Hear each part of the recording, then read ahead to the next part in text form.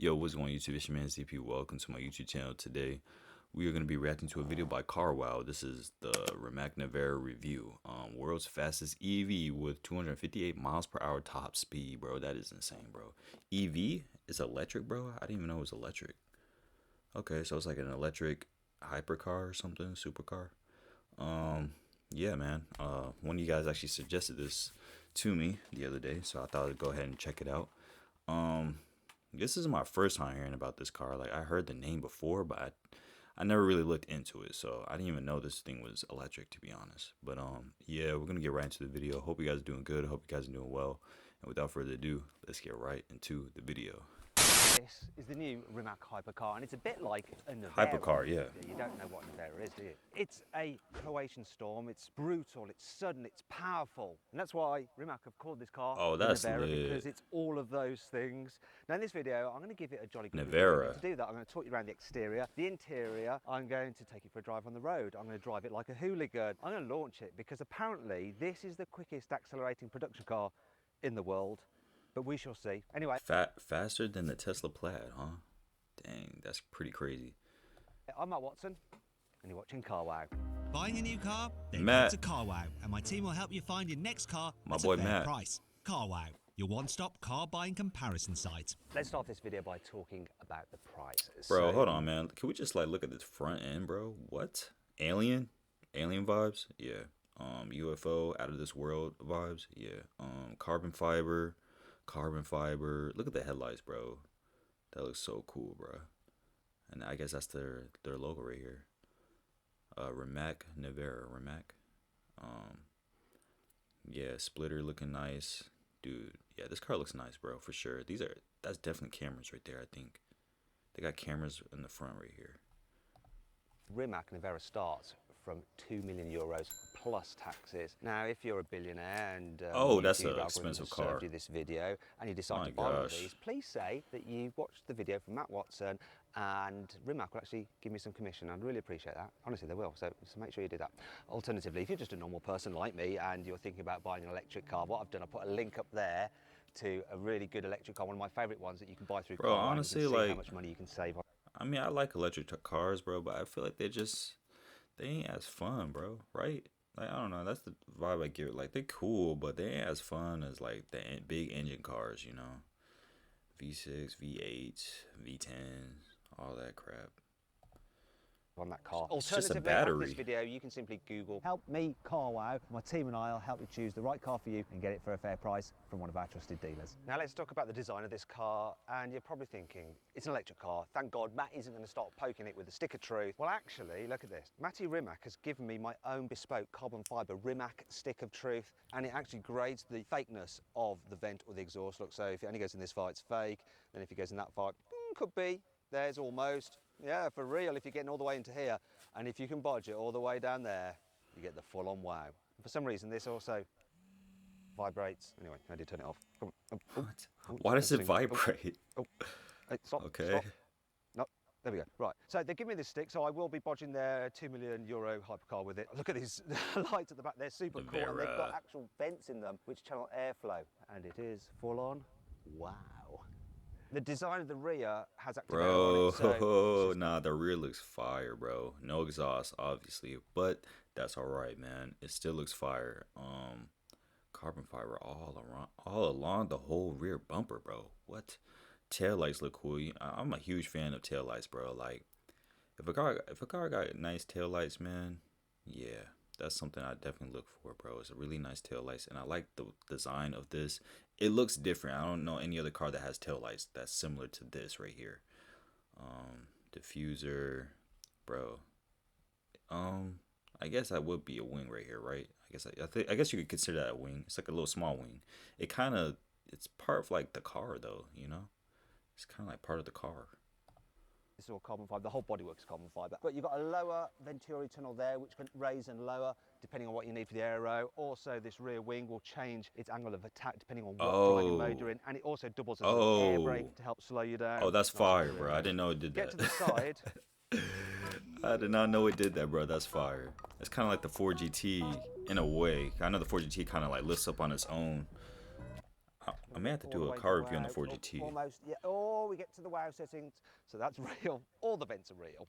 I don't really need to bother. That car is beautiful, actually. My vibrating stick. I gotta so these admit. are channeling air into the radiators, which cool the rear motors. Now down the side of the car, there's this bow tie motif. Can you see that? This shape here. You had that on the Concept 1 as well, and that harks back to 17th century soldiers from Croatia who had these like bow ties. And let me just show you this. So here's a big vent, helps smooth air down the side of the car. And so it goes into the radiators. Let's just see if I can get this in. Oh yeah, look at this. It goes all the way in to the hilt. Really nice wheel design. It's got 20-inch alloys, center locking. Big old rotors. Like on racing cars. It's got a real nice sleek profile. It's not too in your face. It looks good. Let's move around the front. So oh, look at the again, hood. Look, we've got some vents there. You've got the radiators. That's enough stick. Oh wait there. There's another vent there. Airflow. So once again, we've got active aero here at the front. So the front splitter can actually lower or raise depending on what's happening to the car. And this, vented in the bonnet, it actually feeds air into the radiators. But if the outside temperature is too hot, like it is today, I might melt in fact, that can close up and then you still need some cooling. So you've actually got an air conditioning unit in there. No which way. Then activates to cool the batteries and the motors. Oh, that's so cool, then, bro. They got some LED headlights. So there, not completely only do you have AC in the cabin, but you also have it inside of the I was gonna say engine bay, but where the battery's at, bro. That's actually kind of dope, dude. I've never heard of that before. Designed for this car, they are bespoke. So it puts an AC in the hood. I like it. It looks expensive, it looks unique, it looks special, but it's not like, look at me, I'm a hyper guy. It doesn't do that. It's more restrained. Kind of like a Pagani. Pagani It's does nice. that, Let me bro. know in the But comments this anyway, one, let me know. yeah, I see what Now he let's talk means. about the chassis. So this car is completely made out of carbon fibre. It actually has the largest carbon fibre monocoque chassis The of suicide any doors. car in the world. No Now, at the way. manufacturer's side of the car. What the heck? Did y'all just see that? Now let's talk about the chassis. So this car is completely made Look at the out of chassis. carbon fibre. It actually has the largest carbon fibre. Bro, that is insane. That looks so surreal, bro. What the heck, bro? I know that Mustang GTD had like kind of similar to this. Like it was just all carbon fiber. But yo, that is insane looking, dude.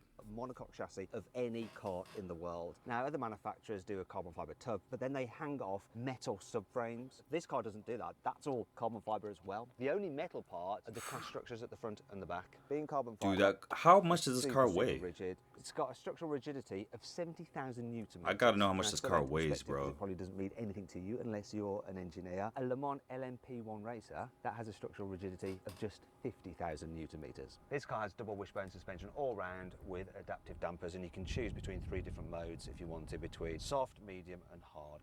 Also, there's lots of different driving modes which are presets: cruise, sport, track, so on and so forth, which is kind of cool. Then there's a couple of modes that you can actually customize yourself, and you can mix and match all these different things like throttle response, weight of the steering, just as you like them. Then there's this other feature here where you can control the amount of torque on both axles, so you can alter the amount of torque at the rear axle from 100% all the way. It's got a good infotainment system, to be honest. I like it.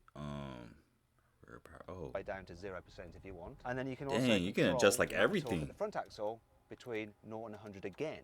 It's completely nuts what you can do with this car. And No, of that course is it's got torque insane, dude. vectoring, because you've got a motor controlling each wheel, so it can actually send the power and torque where it is needed. So when you're going into a corner, the car will actually brake the inside wheels using the motors and accelerate the outside wheels to help you turn around. And this means that you can drive it like a moron if you want to. It's about time I drove it like a moron, I think.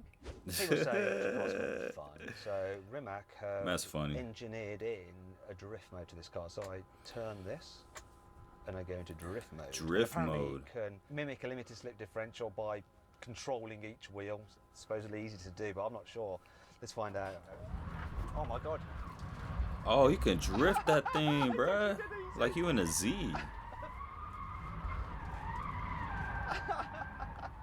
It's too easy. Oh, that's so lit. Yeah, it does it. I'm tired of screeching, boy. Yeah. Definitely drifts. Feel sorry for the tyres though. All that torque going through them. Poor buggers. R.I.P. tyres. Rest in peace. Now let's talk about the brakes, because this is very interesting. So you have 390mm carbon ceramic brakes at the front and at the back. You've got 6 piston calipers at the front and at the back. But then you've got the regen Six braking, piston. and it's not like regen braking on any other electric car, because it can regen brake up to 300 kilowatts. What does that mean? So 300 kilowatts in old money is about 400 horsepower, which is the same maximum horsepower roughly as a BMW M2. So that's like having a BMW M2 attached to you by a rope and pulling you backwards.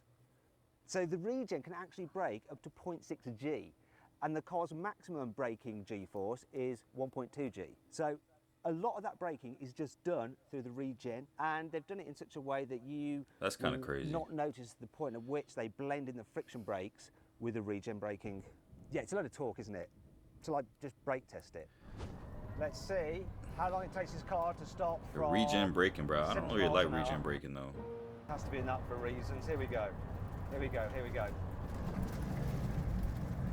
Woo!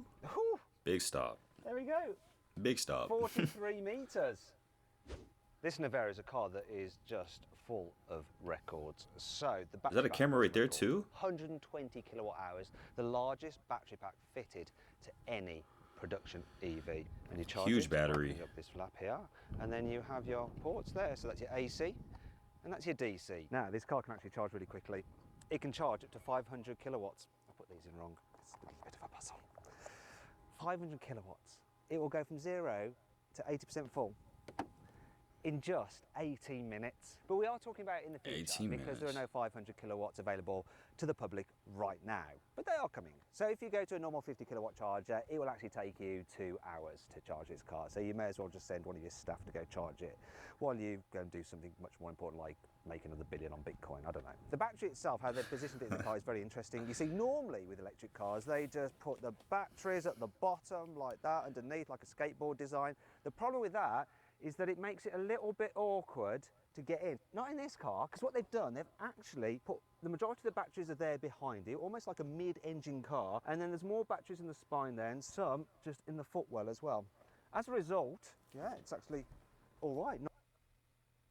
Nice and low. It's what you want from a hypercar. In fact, there's another thing to note. Hypercars, usually an absolute arse to get in and out of because of the huge sills. But despite the fact you've got this cut out in the roof and these amazing doors, the sill isn't all that fat, so you can easily get in and out in a dignified way and without banging your head. Look at that.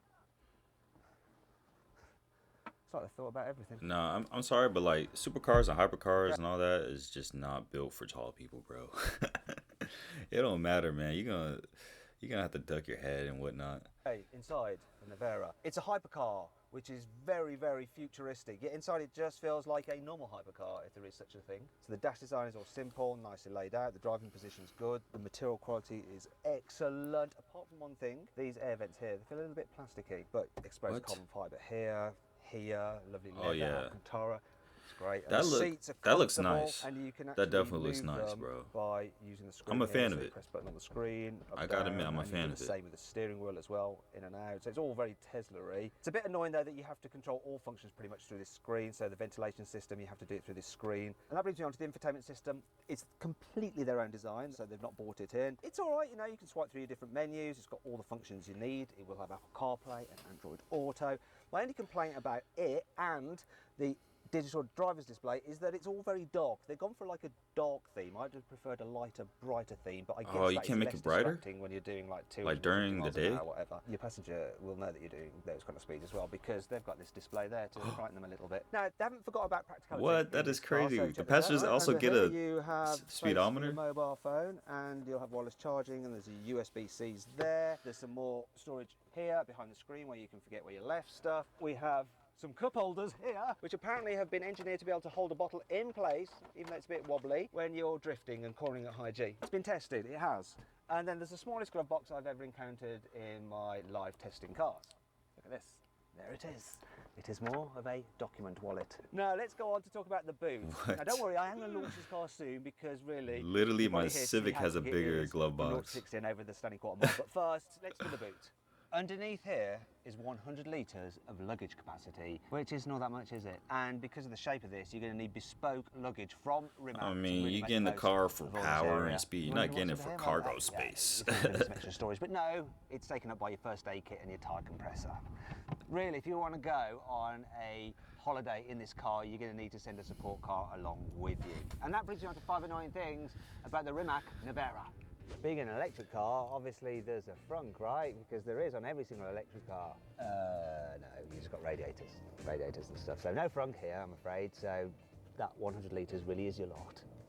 Because you've got radiators at the back to cool the rear motors, you can hear the fluid circulating in them. Listen to this. Oh, you can hear Now, it. you could view it as it sounding like you're near a peaceful stream that's flowing. Oh, that's so cool. Alternatively, it does sound a little bit like the car's having a long wee. Although these doors are super cool, you kind of wish that they had soft close because you tend to not shut them properly. Look, come on. Oh, you gotta kind of slam that thing. Third time lucky. That's better. Rimac has done a lot of work to make this car turn into Hulk to just slam, just to close the door. Loads of carbon fibre, but the original prototype actually had a 2-speed gearbox on the rear axle, like the Porsche Taycan does. But they switched to a single-speed gearbox because that saved 100 kilos. Despite all this, though, there's no getting away from the fact that batteries add weight, and this has one big battery. As a result, it weighs 2,150 kilos. Oh, it's a bit heavy. Something like it actually weighs more than the Chiron, bro. And it's definitely gonna weigh more than the that new Bugatti that's coming out, the Tourbillon. Dang, yeah, batteries are heavy, bro. Comes in at under 2,000 kilos. This is a super luxurious hypercar, but you do get quite a lot of noises in the cabin. The main reason for that is that those noises aren't drowned out by an engine. So here's an example. I'm going to turn the air conditioning on now. Do you hear that? It's like someone's drilling somewhere in the distance. Now, the reason you hear that is because the actual unit for the air conditioning is so close to you, and yeah, no engine drowning it out. It's not all negative though. Here's 5 good things about this car. Everything on this car is bespoke. There is nothing that is on or used on any other car or off the shelf, apart from the tyres, which are off the shelf tyres, and the actual ventilation system behind the dash is from an Audi R8. Everything else has been made specifically for this car. For instance, even these dials here, they've been billeted from aluminium specifically for Rimac, and these little gauges within them specifically for Rimac. One slight thing about these dials, though, they are a little bit stiff to operate, though Rimac is working on that to make sure everything is tip-top for when the car goes to customers. Rimac has tried to make this car feel like it's from a high volume manufacturer in the same way that a Bugatti Veyron feels just as well sorted as a Golf, whereas other hypercars feel a little bit more cottage industry. As a result, they've crash tested the heck out of this car. This car is fitted with 6 cameras and they are used for your parking. Look, that's all very handy. However, you'll notice there's another camera up there. Oh, is that because the authorities are watching you? Well, no, it's because actually all the cameras on this car can double as action cameras. So if you want to record yourself as you're driving a lap, you can use those. You don't have to faff around mounting annoying GoPros like us plebs. This panel on the car I mean, that's kind of LED cool, strips. to be honest. Change colour, especially if you're going to be doing videos and stuff on it. Yeah. You're in. And if you want, when you buy this car, you can have it set up so you can choose the colours that those are. So if you're from the UK like me, you could have red, white and blue. This car has been homologated to be used all over the world. Now, some cars aren't, like Koenigseggs and Paganis. They're only homologated for certain regions like Europe or the US. Whereas this, doesn't matter where you live in the world, you can have it in your country so that you don't have to keep it somewhere like Europe or the US and then fly there to use your car. So that's good. Finally, there's the motors, which is what we're all here for. So you've got 4 motors, 1 for each wheel. Each has their own gearbox. Now the motors at the back are twice as powerful as the motors at the front, but combined you have 1,914 horsepower and 2,360 newton meters of torque. So let's launch it. Bro, that is fast. That is fast. Oh yes, we better watch it launch. Let's go. Floor the throttle. Release the brake. Blimey. You're 62.23. Yo, my boy is flying. Look at the veins in his neck. That man is flying right now. That's very I quick. pulled back something serious. 4 mile. 8.85. That's a Do you know fast what? car. I've done this even quicker, but it was in a drag race against a Ferrari. And if you want to see that video, click on the pop-out banner up there to go watch what happened when I raced this against a Ferrari SF90 Stradale. And the time I got when I launched it in that race, it's even more impressive. It's nuts. Okay, let's see what this Rimac Might have to check that Nevera is video like to out. drive out on the open road. First thing to note is the suspension. So this is a hypercar, yet because I've got the dampers in their softest setting, it actually deals with bumps really well. Occasionally when you go over a big bump, you do hear a knocking sound. That's actually the steering rack. One of the things about this car is that it's a pre-series car, so it's not the finished deal that customers will get. Apparently 80% completed, but there's things they're working on like the steering rack. There's other things they're working on like noise and vibration, so they'll add soundproofing to it. So at the moment when you're driving along and you go over surfaces which are covered in stones, you get lots of rattles around the wheel arches, almost like you're driving a racing car. Another thing that I think is surprisingly good is the visibility. You can really position where the car is because you have the wings to guide you, and the body does drop away quite sharply. These side mirrors are absolutely massive. They protrude quite a way out, so you can really see down the sides of the car. Dude, there's And carbon the view fiber out the rear view everywhere in mirror that car. is actually really good as well. One thing they've nailed on this car, insane. really have nailed, and that is the throttle pedal. With a high performance car like this, it could be just super scary, like you just flex your right foot and boom, you're just off. But this is really good. It does build power, and it's great the way they do it with quite a long throttle pedal. So you can drive it quite easily without worrying about just suddenly accelerating into someone's bumper.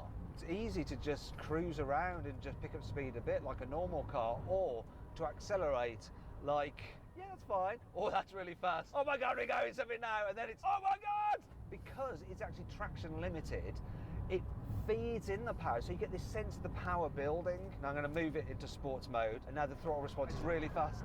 As you go through the battery though, you do get a cut off in power, so once you fall below 20% battery, you do get the amount of power that you have available reduced. Still, even when it's below 20%, that fun got it. there's so much power in this thing. You never that want car to gotta get be power. fun You to never, drive, bro. Ever are. Now let's talk about the brakes. So I find they're a little bit over assisted when you first touch the pedal, but then when you're deep into the pedal, they're a bit under assisted and a bit more like a race car. I'd rather have it the other way round. So less initial bite, but more assistance as you press the brake pedal harder. Let me just check out the turning circle on the car because this is important, obviously. I'm about to do a U-turn. Safe to go. That's actually all right. So what's the steering like? Well, it's responsive, it's quick, puts the car exactly where you want it. The only thing is that I sometimes find it a little bit unnatural the way it loads up in a corner. I'd like it to load up a little bit more because the signals I'm getting from my bottom through the chassis don't quite correlate to what I'm feeling through my hands to the wheel, but that is something they're still working on. This car hardly leans at all in the bends. It really stays flat, loads of grip, and you've got that torque vectoring to help turn you into a corner and get the car rotating. Now, I was told that this car's ESC isn't working. I do not have stability control. I'm driving a €2 million hypercar without stability control. Yet, I'm not worried. I've got confidence in it. I just feel like it's going to go around the corner, no problems at all. Hopefully I Nah, don't this car Richard is Hammond actually it, though. sick, There's a bro. big drop down there. Big drop.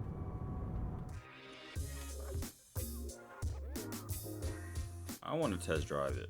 So then, what's my final verdict on the new Rimac Nevera? Should you avoid it? Should you consider it? Should you shortlist it? Or should you just go right ahead and buy it? Well, this is probably the most irrelevant conclusion I've ever given on a Carwow video. Really, for most people, you're best off avoiding this car. Reason being that once you've driven this and felt the performance, every other car is going to feel a little bit on the slow side. However, if you want the fastest Really? accelerating car in the world and you've got €2 million spare, go right ahead and buy it. Knock yourself out. You lucky sod. Man, that car I is know, I think I insane. did Crazy fast. I'm gonna have to watch this video next or something, bro. The SF90 is a crazy Ferrari, bro. I actually see a couple of them in person.